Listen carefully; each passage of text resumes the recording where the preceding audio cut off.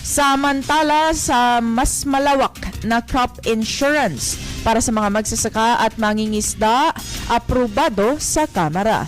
Para sa detalye ng balita, DJ Joey Boy.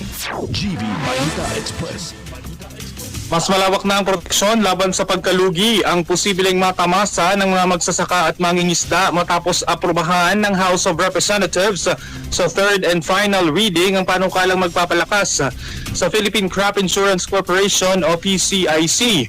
Sa ilalim ng House Bill No. 10365, hindi na lamang palay at mais ang maaaring saklawin ng crop insurance.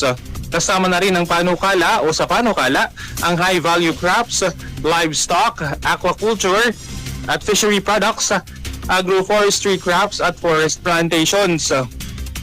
Maaari ring isama sa insurance coverage ang mga makinarya, kagamitan, transport facilities at iba pang agricultural infrastructure.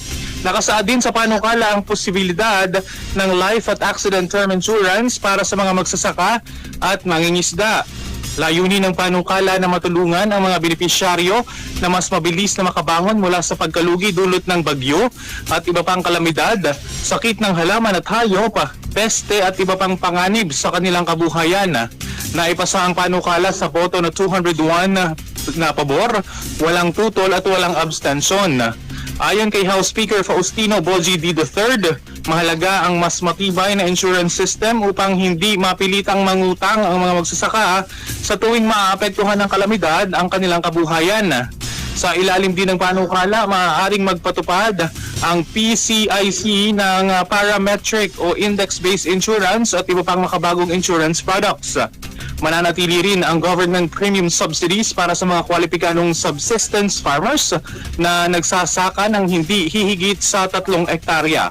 Layunin ng panukalang ito na palakasin ang financial protection ng sektor ng agrikultura at makatulong sa mas mabilis na pagbangon ng mga magsasaka at mangingisda mula sa mga sakuna at pagkalugi.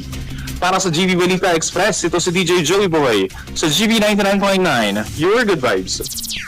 Sa pagpapatuloy ng ating mga balita ngayong umaga,